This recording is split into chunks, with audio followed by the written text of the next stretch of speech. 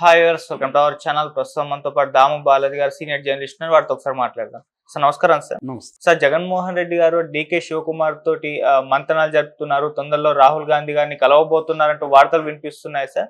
Even ఆయన మహారాష్ట్రలో elections రాబోతున్నాయి, అందులో కూటమి తరపు నుంచి ప్రచారం చేసే అవకాశాలు ఉన్నట్టు కూడా చెప్తున్నారు. ఈ నేపథ్యంలో ఇది ఎవరికి తెలియకూడదని చెప్పేసి షర్మిల గారితో విమర్శలు చేపిస్తున్నారు. ఇదంతా ప్రీ ప్లాన్డ్, ముందుగానే జరిగిందని అంటున్నారు. మరి ఏం జరిగే అవకాశం ఉంది? మరి కూటమిలో చేరే అవకాశాలు కనిపిస్తున్నాయా జగన్మోహన్ రెడ్డి గారు? ఇప్పుడు ఒక వార్త వైరల్ అవుతుంది. ఎందుకంటే జగన్ మీద రకరకాల వార్తలు వైరల్ అవుతున్నాయి. అందులో ఇంతకుముందు కూడా అయింది అది. ఎందుకంటే జగన్ బిగినింగ్లో ఢిల్లీలో చంద్రబాబు ప్రభుత్వం మీద పోరాటం మొదలు పెట్టడం, అక్కడ అప్పుడు అనేక పార్టీలను కలవడం, ఆ కూటమిలో ఇండియా కూటమిలో ఉన్న పార్టీలు దాదాపు 8 పార్టీలు జగన్కి సపోర్ట్ చేశారు. ఒక్క కాంగ్రెస్ తప్ప దాదాపు మిగతా అన్ని పార్టీలు కూడా జగన్కి సపోర్ట్ చేశారు, మద్దతుగా నిలబడ్డారు. అవన్నీ జరిగాయి. కాంగ్రెస్ కూడా ఏంటంటే ఇమీడియట్గా జగన్కి సపోర్ట్ చేయకుండా వాళ్ళు ఆచితూచి వ్యవహరిస్తున్నట్టుగా కనబడుతుంది. దానికి ఒక కారణం ఏంటంటే రేవంత్ రెడ్డి అడ్డుపడుతున్నాడు, షర్మిల అడ్డుపడుతుందని కూడా బిగినింగ్లో అన్నారు. కానీ ఇప్పుడు జగన్ ప్లాన్ ఏంటంటే జగన్ కూడా వ్యూహాలు వేయడంలో ఎక్స్పర్టైజ్ లేకపోతే ఈ స్థాయికి రాడు కదా అతను. ఎందుకంటే చంద్రబాబు లాంటి ఒక ఉద్దండుని ఢీకొట్టి గెలవగలిగాడు. ఇప్పుడు కూడా ఏమీ అతను సీట్ల పరంగా 11 వచ్చుండొచ్చు, కానీ ఓట్ల పరంగా అతనేమీ వీక్ కాదు. దాదాపు 40% ఓట్ల షేర్ అతనికి వచ్చింది.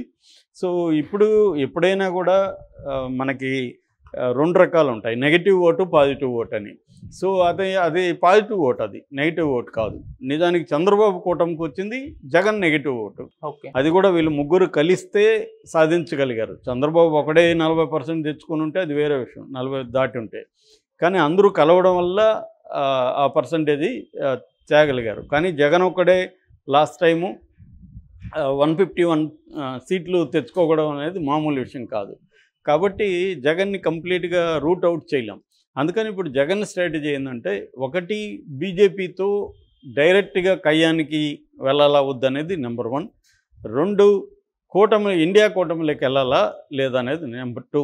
ఇక్కడ ఇది ఇంకా ఎన్నికలు అయితే టైం ఉంది, ఇప్పటికిప్పుడు డెసిషన్ తీసుకోవాల్సిన అవసరం లేదు. కానీ పాజిబిలిటీస్ ఏంటి అంటే, జగన్ వ్యూహం ప్రజెంట్ ఎలా ఉందంటే, నన్ను కానీ మీరు ప్రెజర్ చేస్తే, నన్ను కానీ మీరు జైలుకి పంపిస్తే, నేను కూటమిలో చేరి దేశవ్యాప్తంగా నేను పనిచేస్తాను అన్న ఒక థ్రెట్ని లేదా ప్రెజర్ని బీజేపీకి ఇవ్వాలి.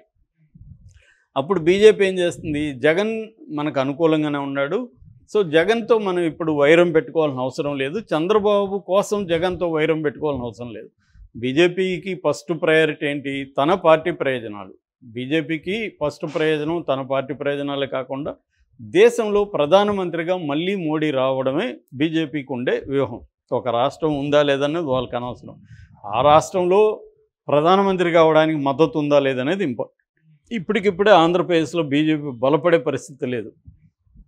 చంద్రబాబు నెక్స్ట్ కూడా ఎన్నికల ముందు ప్రీ పోల్ అలయన్స్ పెట్టుకొని వెళ్దామనేది చంద్రబాబుకు ఉంది, పవన్ కళ్యాణ్కి కూడా ఉంది.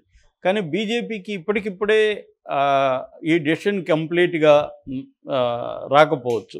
ఎందుకంటే ఈ 5 ఏళ్ళ లేదా 4 ఏళ్ళ ఎన్నికల ఒకవేళ ముందుకు వస్తే 27 ఎండింగ్ అలా వచ్చిన ఈ 3-4 ఏళ్లలో చంద్రబాబుకు వ్యతిరేకమైన పవనాలు కానీ వీస్తుంటే వాళ్ళు జగన్తో కూడా వెళ్ళే అవకాశం ఉంది. అందుకని ఇప్పుడు జగన్ ముందున్న కర్తవ్యం ఏంటంటే, ఇది వాచ్ చేస్తూ శత్రువు వ్యూహాలు ఎలా ఉన్నాయి అంటే, చంద్రబాబు వ్యూహాలు, పవన్ కళ్యాణ్ వ్యూహాలు ఎలా ఉన్నాయి, మోడీవి ఎలా ఉన్నాయి, ఇవన్నీ వాచ్ చేస్తూ దానికి తగినట్టుగా స్టెప్పులు వేసుకుంటూ వెళ్ళాలి. ఒకేసారి స్టెప్పులు వేయడం కష్టం. అందుకని గ్రౌండ్ కూడా ప్రిపేర్ చేసి పెట్టాలి. అంటే ఇప్పుడు ప్లాన్ ఏ, ప్లాన్ బి కూడా ఉండాలి. ప్లాన్ ఏలోనే ఉన్నాం అనుకో, ప్లాన్ ఏ ఫెయిల్ అయిందనుకో, నీకప్పుడు నువ్వు ఇరుక్కుపోతావు. అందుకని ప్లాన్ బి ఉండాలి, అవసరమైతే ప్లాన్ సి కూడా ఉండాలి. లైఫ్లో అయినా ఎవరికైనా కూడా ఏ పని చేసినా ప్లాన్ ఏ, ప్లాన్ ఒకవేళ ఇది ఫెయిల్ అయితే ఏంటి అంటే 2 రకాలు అంటారు అన్నమాట. Plan for the best, prepare for the worst అని. అంటే ఒక సిచ్యువేషన్లో వరస్ట్కి ప్రిపేర్ అయ్యి ఉండాలి. వరస్ట్ అంటే ఏంటి, ఇప్పుడు వరస్ట్ అంటే ఏంటి, మోడీ జగన్ని జైలుకి పంపించడం.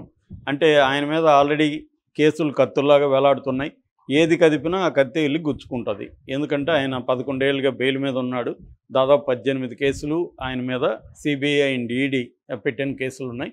సో మోడీ కానీ గట్టిగా అనుకుంటే ఈడీ అండ్ సిబిఐ కానీ ఈయన బెయిల్ రద్దుకు పిటిషన్ వేసి గట్టిగా చేస్తే సుప్రీంకోర్టు కూడా అనేక సార్లు ప్రజాప్రతినిధుల కేసుల్ని త్వరగా పరిష్కరించమనింది. కాబట్టి జగన్ కేసులు ముందుకెళ్ళే అవకాశం ఉంది. ముందుకెళ్ళి ఒకవేళ ట్రయల్లో ఈయన క్విడ్ ప్రోకో అంటే వీళ్ళ నాన్న కొన్ని కంపెనీలకు మెయిల్ చేశాడు, దానికి బదులుగా ఆ కంపెనీలు జగన్ కంపెనీల్లో పెట్టుబడులు పెట్టారు, ఇది ప్రధానమైన ఆరోపణ. దీన్ని క్విడ్ ప్రోకో అంటున్నారు.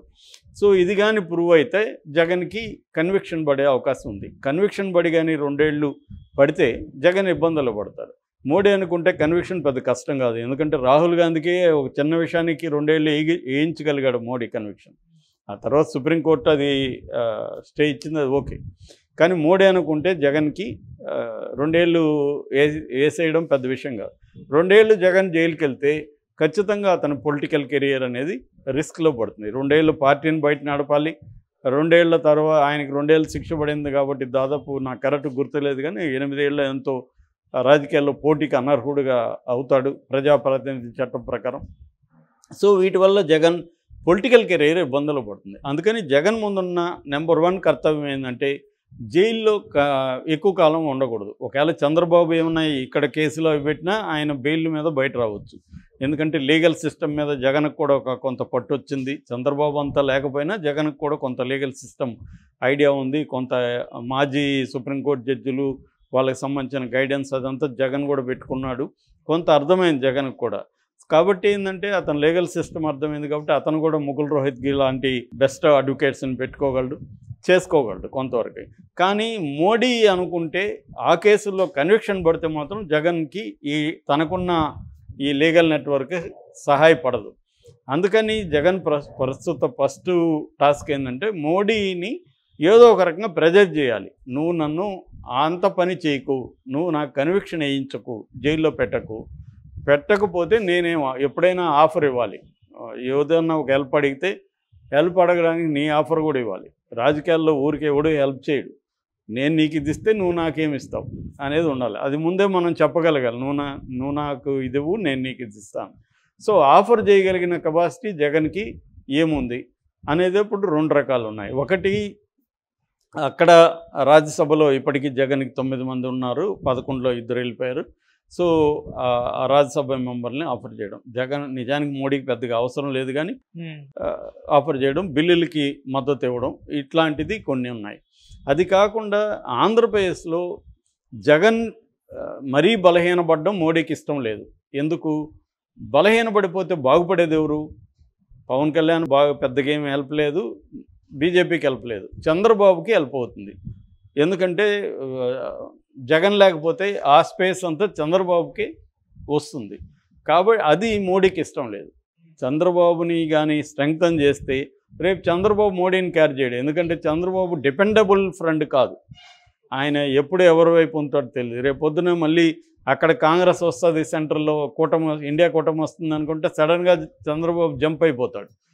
ఏముంది, రేపు మేము రాష్ట్రానికి అడిగిందంతా బీజేపీ ఇవ్వట్లేదు, రాష్ట్ర ప్రయోజనాల కోసం మేము కాంగ్రెస్ వైపు వెళ్తున్నాం, వాళ్ళైతే ప్రత్యేక హోదా ఇస్తాను అని రాహుల్ గాంధీ అన్నాడు, ప్రత్యేక హోదా ఇస్తారు కాబట్టి నేను దాని వైపు వెళ్తానని చెప్పేయగలడు. మీడియా అంతా టమ్కేయగలదు, నమ్మించేయగలడు.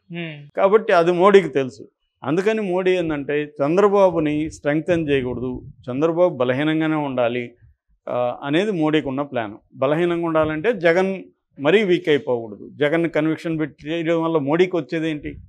కాబట్టి ఇవన్నీ మోడీ ఆలోచిస్తాడు, ఇదంతా ఆలోచిస్తాడని జగన్కి తెలుసు. కాబట్టి జగన్ ఏంటంటే ఒక ప్రెజర్ టాక్టిక్స్ అంటారు.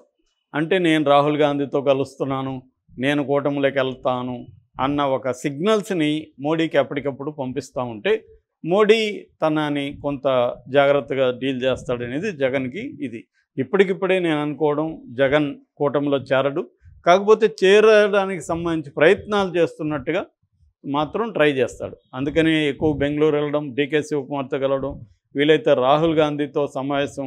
రాహుల్ గాంధీ వాళ్ళు కూటమి వాళ్ళు అడుగుతున్నారని చెప్తున్నారు. ఎందుకంటే ఆల్రెడీ చంద్రబాబు, పవన్ కళ్యాణ్ అటు బీజేపీ కూటమి తరఫున మహారాష్ట్రలో ప్రచారం చేయబోతున్నారు, ఇటు ఇండియా కూటమి తరఫున రేవంత్ రెడ్డి వెళ్ళి ప్రచారం చేయబోతున్నాడు. ఎందుకంటే మహారాష్ట్రకు సంబంధించి తెలంగాణ వాళ్ళు చాలామంది అక్కడ ఉన్నారు, ఆంధ్ర వాళ్ళు ఉన్నారు, తెలుగు వాళ్ళు ఉన్నారు, కాబట్టి అక్కడ ఇన్ఫ్లుయెన్స్ చేయడానికి